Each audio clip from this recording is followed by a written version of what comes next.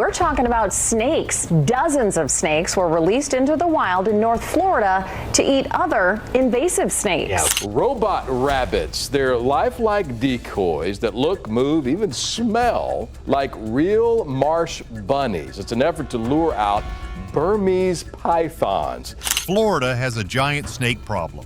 We're talking monsters over 20 feet long swallowing alligators whole.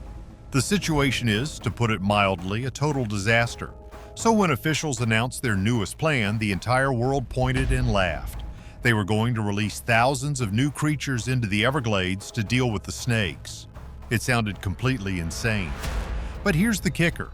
What many overlooked was the shocking truth behind this plan. The story of these snake-dispatching creatures and what they really are is a secret that will make you question everything. How one snake conquered the Everglades. The Florida Everglades are a world treasure, a sprawling, slow-moving river of grass covering more than 1.5 million acres. It's a sanctuary for wading birds, fish, and of course the American alligator. But this paradise is being consumed. A new apex predator has taken over, and it's doing its job so well that it's wiping the native animals off the map. This is the Burmese python. You see, these snakes are not native to Florida. They are invaders from Southeast Asia, and they got here because of the exotic pet trade. For decades, people bought cute small pythons, but those small snakes don't stay small. They grow, and they grow fast. A 10-foot-long, 100-pound snake is not something most people can keep in a tank in their living room. When they got too big, owners would illegally release them into the swamps, thinking they were doing the animal a favor. Then came 1992. Hurricane Andrew, a monster Category 5 storm, tore through South Florida. It flattened buildings, including several exotic pet breeding facilities and wildlife sanctuaries. In the chaos, hundreds, possibly thousands of Burmese pythons escaped at once. The Everglades, with its warm, wet climate and endless supply of food, was the perfect new home. And what a home they've made. The thing nobody tells you is just how perfectly these snakes are built to dominate. They are camouflage experts, vanishing into the water and grass. They are ambush predators, sitting perfectly still for weeks until a meal wanders by. And they eat everything. Scientists have been ringing the alarm bell for years. In the areas where pythons have established themselves, the numbers are, to put it mildly, terrifying. A study from the University of Florida found that raccoon populations have dropped by over 99%. Possum populations, 98%. White-tailed deer, 94%. Even bobcats, themselves fierce predators, are virtually gone. The pythons have eaten the Everglades into silence. These are not small snakes. The average one found is between 8 and 10 feet, but they regularly get much, much bigger. The record in Florida is a female that measured nearly 19 feet long and weighed over 215 pounds. That's longer than a giraffe is tall. When researchers opened her up, they were stunned to find she was pregnant with 122 eggs. One snake, 122 new predators. This is why the problem has exploded. They have no natural predators.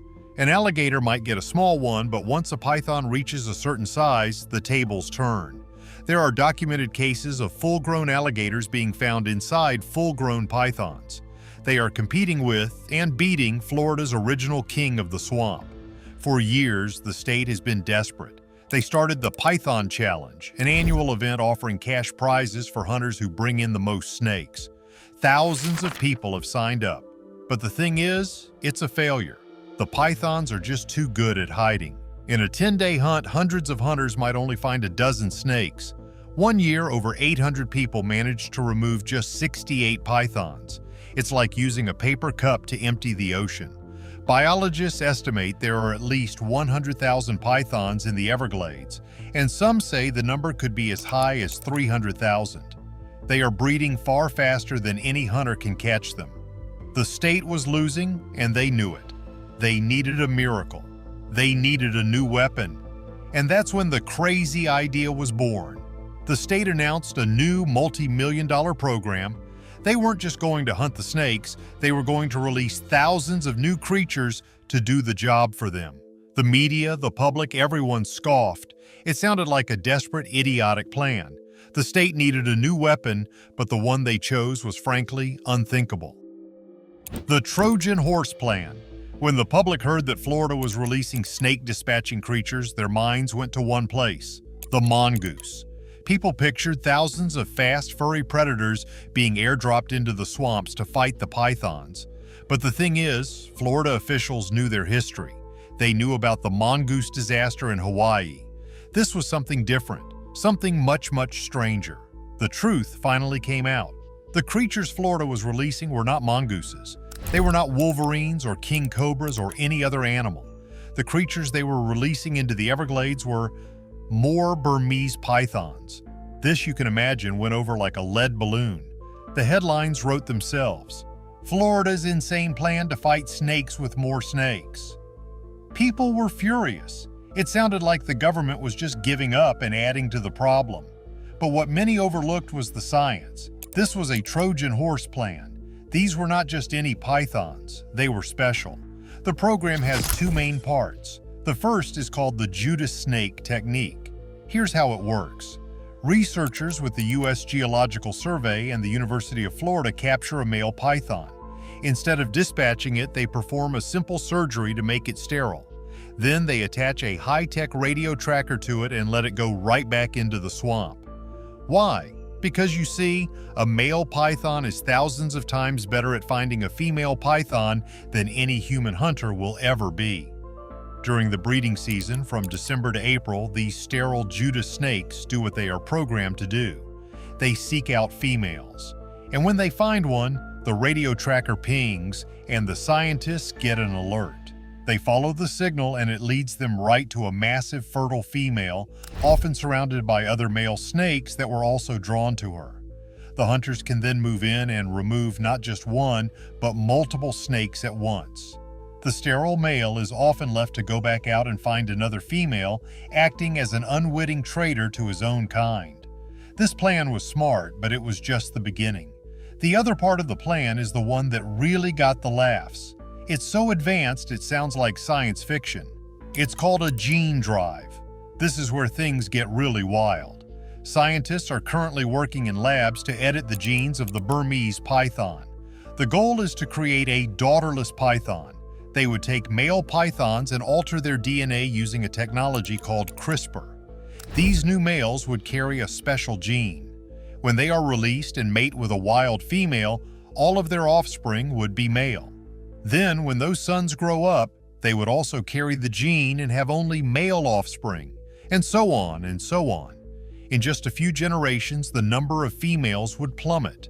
With no females left to lay eggs, the entire python population would just stop.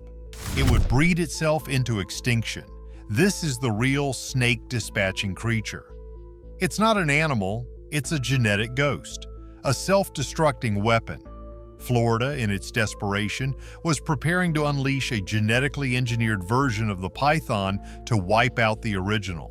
But when you start talking about gene editing and releasing those creations into the wild, the public gets, to put it mildly, very nervous.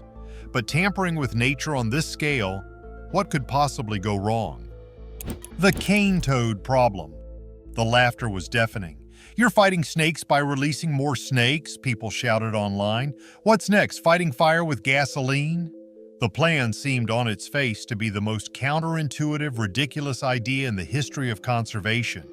And here's the kicker: the public had every right to be skeptical. The thing nobody tells you is that humanity has a perfect record of failure when it comes to this exact idea. We have tried to fix an invasive species problem with another species many times, and it has been a catastrophe every single time. You only have to look at Australia. In the 1930s, Australia's sugar cane fields were being plagued by the cane beetle. It was ruining the crop. So in 1935, scientists had a brilliant idea. They would import the cane toad from South America. The toad, they figured, would eat all the beetles and save the farms. What happened? It was a disaster of epic proportions. The cane toads, it turns out, couldn't jump high enough to reach the beetles, which lived on the top of the cane stalks. So they ignored them, and instead they ate everything else. They ate insects, frogs, small mammals, and lizards. But the worst part, The cane toad is highly poisonous. Its skin secretes a powerful toxin. All of Australia's native predators, like the quoll, freshwater crocodiles, and goannas, had never seen this defense. They would try to eat a toad and the poison would stop their heart. The toads didn't just eat the native animals, they took out the predators too. And they breed like crazy. From an initial release of just 102 toads, there are now an estimated 2 billion cane toads in Australia. They are a biological bomb that exploded. And then there's the story of the mongoose. In the 1880s, sugarcane fields in Hawaii were being destroyed by rats. So, farmers imported the small Indian mongoose, a famed snake and rat hunter. What could go wrong? Well, what many overlooked was a very simple detail. Rats are nocturnal. They are active at night. Mongooses are diurnal. They are active during the day. The two animals never even met.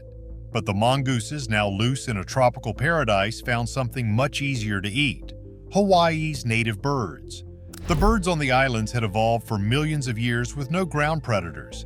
They built their nests right on the ground. For the mongooses, it was an all-you-can-eat buffet. They wiped out species after species, including the Hawaiian rail. They are a primary reason so many of Hawaii's beautiful birds are now extinct. So when Florida stood up and said, "We have an invasive animal problem and we're going to fix it by releasing another animal," the entire world looked at the cane toad and the mongoose and said, "No thank you." They saw millions of taxpayer dollars being spent on a sci-fi idea that could backfire, creating some new, unforeseen problem. What if the gene drive mutates? What if it creates a super snake? The mockery, to put it mildly, was intense. The experts were laughing, but they were all missing the one shocking detail: Florida's genius payoff.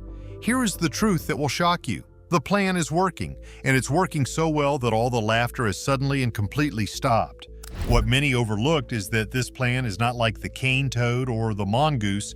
This is a completely new and frankly brilliant way of thinking. The cane toad was a new species introduced to a new environment. The mongoose was a new predator.